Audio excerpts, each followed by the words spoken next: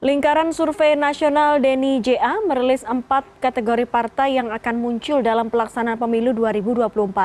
Keempat partai ini dikategorikan LSI sebagai partai besar, partai menengah, partai kecil, dan partai 0, sementara hasil survei terbaru SMRC menyebutkan dalam setahun terakhir, tren elektabilitas Gubernur Jawa Tengah Ganjar Pranowo mengalami konsistensi dengan suara teratas.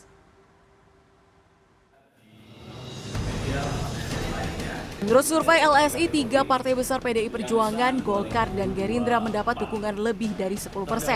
Sementara partai menengah seperti PKB, Partai Demokrat, PKS, dan Nasdem mendapat dukungan di antara kisaran 4-10%.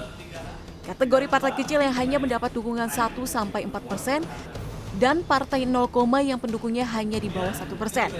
Partai dengan pendukung di bawah 1% ini merupakan partai yang baru ikut dalam pemilihan 2024. Faktor calon presiden yang diusung dalam pemilihan 2024 nanti menjadi salah satu pendukung untuk menaikkan kredibilitas partai. LSI memprediksi hanya 10 partai saja yang lolos ke parlemen.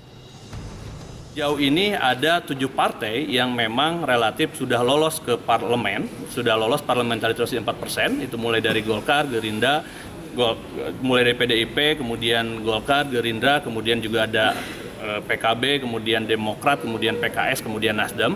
Nah, memang yang partai kecil ini tantangannya bagaimana bisa melewati parliamentary threshold.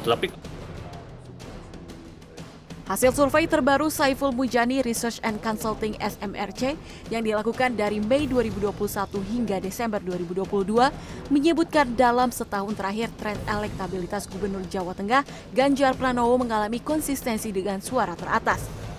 Sementara tren elektabilitas Ketua Umum Partai Gerindra Prabowo Subianto cenderung menurun dan mantan Gubernur DKI Jakarta Anies Baswedan mengalami kenaikan. 3 tokoh politik tersebut diprediksi bakal maju sebagai Capres 2024.